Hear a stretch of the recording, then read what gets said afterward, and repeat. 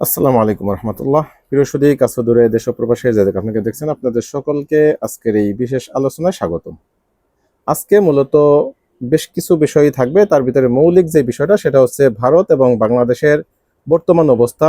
একটু উষ্ণতা দেখা যাচ্ছে, এই বিষয়টা নিয়েই আমি আলোচনা করব। মূলত গতকালকে দেখলাম বাংলাদেশের হাই কমিশনারকে দিল্লিতে পররাষ্ট্র মন্ত্রণালয় থেকে আহ্বান করা হয়েছে বা ডাকা হয়েছে, ডেকে পাঠানো হয়েছে। সেখানে তার কাছে কিছু বক্তব্য পেশ করেছে ভারত, সেই বিষয়টা থাকবে। তারও আগে বাংলাদেশ সরকার আবার ঠিক একইভাবে ভারতের হাই কমিশনারকে ডেকে পাঠিয়েছিল, তার কাছে কিছু বার্তা দিয়েছে। এবং এই প্রথম দীর্ঘ 1.5 বছরের ভিতরে দেখলাম আমাদের পররাষ্ট্র উপদেষ্টা তিনি মেরুদণ্ড সোজা করে ভারতের চোখে চোখ রেখে দুটো কথা বলেছেন। একটা বলেছেন যে নির্বাচন নিয়ে ভারতের নসিহাত এটা অগ্রহণযোগ্য, এবং এর ব্যাখ্যাও দিয়েছেন। দ্বিতীয় আরেকটি বক্তব্য দিয়েছেন যে হাসানাত আবদুল্লাহ 7 সিস্টার নিয়ে কথা বলেছে, তার প্রেক্ষাপটে ভারত খুব উদ্বেগ জানিয়েছে। এর প্রেক্ষাপটে আমাদের পররাষ্ট্র উপদেষ্টা বলেছেন যে হাসানাত আবদুল্লাহ সরকারের কেউ নয়, অতএব তার বক্তব্য নিয়ে ভারতের উদ্বেগ জানানোর এটা কোনোভাবেই কাম্য না, কারণ এটা গ্রহণযোগ্য কোনো বিষয় নয়। খুব শক্তভাবে কথাগুলি বলেছেন। সার্বিক বিষয় নিয়েই আমার আলোচনা থাকবে, আশা করি শেষ পর্যন্ত সাথেই থাকবেন এবং আপনাদের মূল্যবান মতামত অবশ্যই কমেন্টে জানাইতে ভুলবেন না। আমি যদি প্রথম আলো থেকে নিউজটা আগে পড়ে নেই, গতকালকে আমাদের বাংলাদেশের হাই কমিশনারকে ডেকেছিল। প্রথম আলো হেডলাইন করেছে বাংলাদেশের হাই কমিশনারকে তলব করে কি বলল ভারতীয় পররাষ্ট্র মন্ত্রণালয়। নয়াদিল্লিতে বাংলাদেশের হাই কমিশনার রিয়াজ হামিদুল্লাহকে ভারতের পররাষ্ট্র মন্ত্রণালয়ে তলব করা হয়েছে। পরে ভারতের পররাষ্ট্র মন্ত্রণালয় বলে বাংলাদেশে ক্রমবনতিশীল নিরাপত্তা ব্যবস্থা বা নিরাপত্তা পরিস্থিতি নিয়ে নয়াদিল্লি গভীর উদ্বেগ জানাতে বাংলাদেশের হাই কমিশনারকে তলব করেছে। অর্থাৎ বাংলাদেশের নিরাপত্তা ব্যবস্থা ক্রমান্বয়ে অবনতির দিকে যাচ্ছে, এটা তারা শঙ্কিত। মানে এটা কি বলবো, চোরকে বলে চুরি করতে আর গৃহস্থকে বললে সতর্ক থাকতে। মূলত এই আমাদের বাংলাদেশের যে পরিস্থিতি অবনতির দিকে, তার বড় একটা দায় ভারতের। ভারত সন্ত্রাসীদেরকে লালন পালন করতেছে, সেখান থেকে বাংলাদেশের পরিবেশ উত্তপ্ত করতে সহায়তা করতেছে, তাদেরকে কোনো বিধিনিষেধ বাধা নিষেধ দিচ্ছে না, এবং সেখানে কনভিক্টেড যে আসামিগুলি রয়েছে তাদেরকে বাংলাদেশের কাছে প্রত্যাবর্তন করার নামমাত্র নেই। কয়েক দফা চিঠি দেওয়ার পরেও তার সদুত্তর আমরা পাচ্ছি না। এমত অবস্থায় বাংলাদেশের আইন শৃঙ্খলা পরিস্থিতির অবনতি নিয়ে তারা আশঙ্কা প্রকাশ করছে, তারা এটা নিয়ে খুব উদ্বেগ প্রকাশ করতেছে। এটা একেবারে হাস্যকর। এটা অন্তত ভারতের কোনোভাবেই বাংলাদেশের এই আইন শৃঙ্খলা পরিস্থিতি নিয়ে কথা বলার কোনো সুযোগ নেই, কারণ এর টোটাল দায় অন্তত 50 বা 60% দায় ভারতের। বাংলাদেশের এই ক্রমবর্ধমান যেই অবনতি আইন শৃঙ্খলা পরিস্থিতির, এর বেশিরভাগ দায় হচ্ছে ভারতের। আজ বুধবার অর্থাৎ গতকালকে স্থানীয় সময় 12টার দিকে রিয়াজ হামিদুল্লাহকে ভারতীয় পররাষ্ট্র মন্ত্রণালয়ে তলব করা হয়। তাকে তলব করেন ভারতের পররাষ্ট্র মন্ত্রণালয়ের যুগ্ম সচিব বি শ্যাম। বাংলাদেশ ও ভারতের কূটনৈতিক সূত্রগুলো প্রথম আলোকে এই তথ্য নিশ্চিত করে। গত রোববার ঢাকায় ভারতীয় হাইকমিশনার প্রণয় ভার্মাকে বাংলাদেশের পররাষ্ট্র মন্ত্রণালয়ে তলব করা হয়েছিল। 3 দিনের মাথায় নয়াদিল্লিতে বাংলাদেশের হাইকমিশনারকেও তলব করা হলো।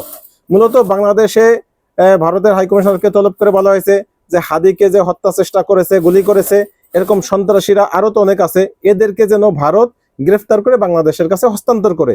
এটা একটা ন্যায্য দাবি, এবং ভারতের সাথে আমাদের বন্দি বিনিময় চুক্তি রয়েছে, এবং সকল ক্যামেরার সামনে অন ক্যামেরা এমন বড় ধরনের একটি অকারেন্স ঘটিয়ে সে যদি ভারতে চলে যায়, ভারত যদি সন্ত্রাসীদের অভয়ারণ্য হয়, সেই ভারতের সাথে আমাদের আসলে সম্পর্ক স্বাভাবিক থাকার কারণ নেই। সে কারণেই এখন উষ্ণতা দেখা দিয়েছে।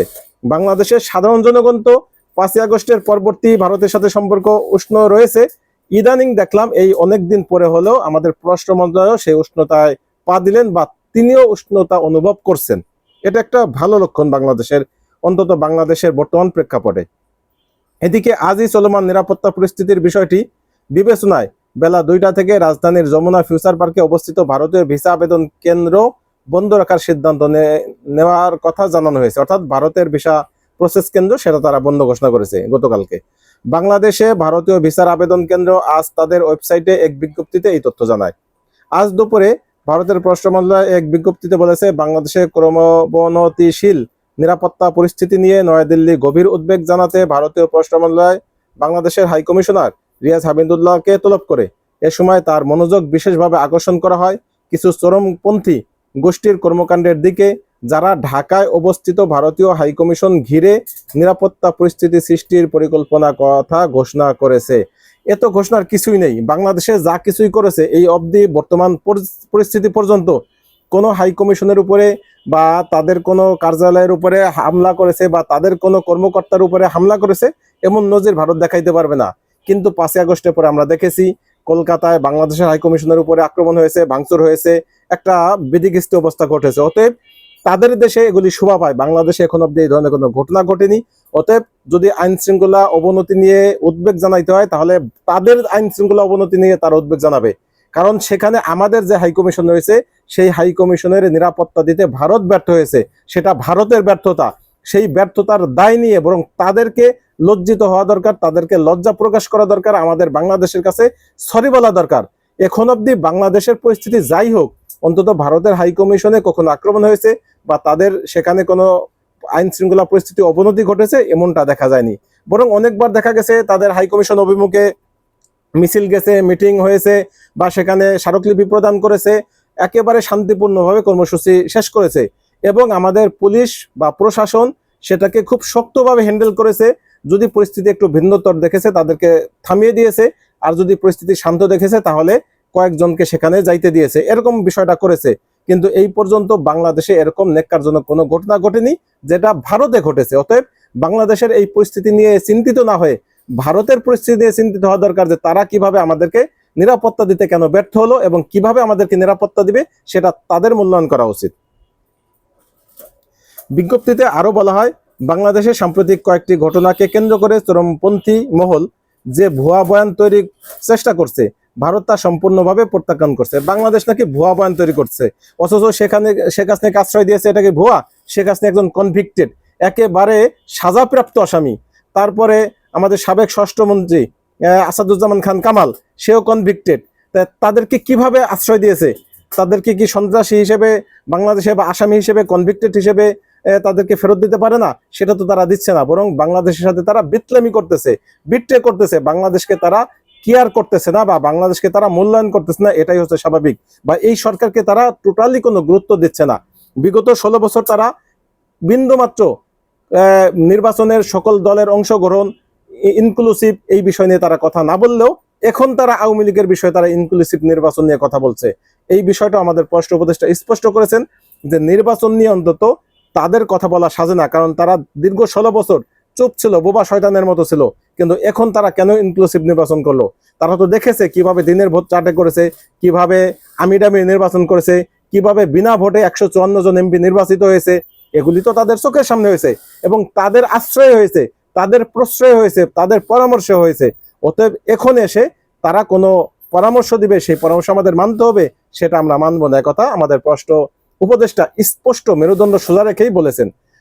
আমাদের পররাষ্ট্র উপদেষ্টা আরো একটি কথা বলেছেন যে গত পরশুদিন বোধহয় হাসানাত আব্দুল্লাহ কোন একটা সমাবেশে বা একটা মিটিং এ তিনি বলেছিল যে আমাদের বাংলাদেশের যে অবস্থা, বাংলাদেশকে যেভাবে অস্থিতিশীল করতেছে, বাংলাদেশের আসামিরা যেভাবে সেখানে অবস্থান করতেছে, পালিয়ে হাদিকে হত্যার চেষ্টা যে খুনি, সেই খুনি পালিয়ে যদি ভারত চলে যায়, তাকে যদি ফেরত না দেয়, তাহলে 7 সিস্টার আমরা রাখবো না, বা 7 সিস্টার কিভাবে ভাঙতে হয় সেই বিষয়ে হয়তো কিছু কথা বলেছেন।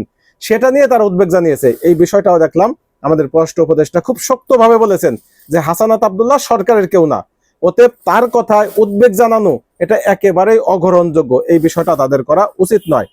এই যে এই ধরনের কথাবার্তা অবশ্যই আমাদের জারি রাখতে হবে এবং ভারতের কোনো বিষয়ে অন্তত তাদের কাছে মাথা নত করে এরকম কোনো পররাষ্ট্রনীতি তৈরি করা যাবে না। বরং আমাদের তো আরো আমাদের দাবি ছিল ভারতের সাথে বিগত 54 বছরে কি কি চুক্তি হয়েছে এই চুক্তিগুলি জনসম্মুখে প্রকাশ করা উচিত। অন্তত ভারতের সাথে অনেকগুলি চুক্তি বাতিল করার এখন প্রশ্ন আসে, যেহেতু ভারত একতরফা ভাবে কয়েকটা চুক্তি তারা বাতিল করেছে। যেহেতু ভারত যদি একতরফা চুক্তি বাতিল করতে পারে এবং তাদের সাথে আমাদের যে চুক্তি রয়েছে বন্দি বিনিময় চুক্তি, সেই চুক্তি যদি তারা বাস্তবায়ন না করে, সেই চুক্তিকে যদি তারা ভ্রুক্ষেপ না করে, সেই চুক্তিকে যদি তারা একেবারে প্রত্যাখ্যান করে দেয়, তাহলে আমাদেরও সামনে সুযোগ রয়েছে, আমরাও তাদের সাথে আমাদের স্বার্থ ব্যাঘাত ঘটে এমন যে কোনো চুক্তি আমরা বাতিল করতে পারি। অন্তত এই সরকারের উচিত হবে সকল চুক্তিগুলি যদি জনসম্মুখে প্রকাশ করে, তাহলে পরবর্তী সরকার সেই চুক্তিগুলি নিয়ে কাজ করতে বাধ্য হবে, কারণ জনগণের যে একটি দাবি, সেই দাবিটা তারা মানতে অনেকটা বাধ্য হবে। যেহেতু সামনে নির্বাচন, এই নির্বাচনকে কেন্দ্র করে সামনে আরো অনেক উচ্ছৃঙ্খল ঘটনা ঘটবে, আরো অনেক অস্থিতিশীল পরিবেশ তৈরি করার চেষ্টা করবে। সেটা ভারত, আওয়ামী লীগ, ভারতের সহ সকলের সমন্বিত প্রচেষ্টা তারা থাকবে, যে কোনো ভাবেই হোক বাংলাদেশের নির্বাচনের জন্য ভণ্ডুল করে দেওয়া হয়। এই বিষয়টা আমাদের সতর্ক দৃষ্টি থাকতে হবে। সর্বশেষ যে বিষয়টা দিয়ে শেষ করে দিছি সেটা হচ্ছে হাদির অবস্থা খুবই আশঙ্কাজনক। যদিও অনেকে গুজব ছড়াচ্ছে যে হাদি মারা গেছে বা শহীদ হয়েছে, আদতে এখন অব্দি তার শ্বাস প্রশ্বাস চলছে এবং অবস্থা খুবই সংকটাপন্ন, জীবন মরণের একেবারে সংরক্ষণে।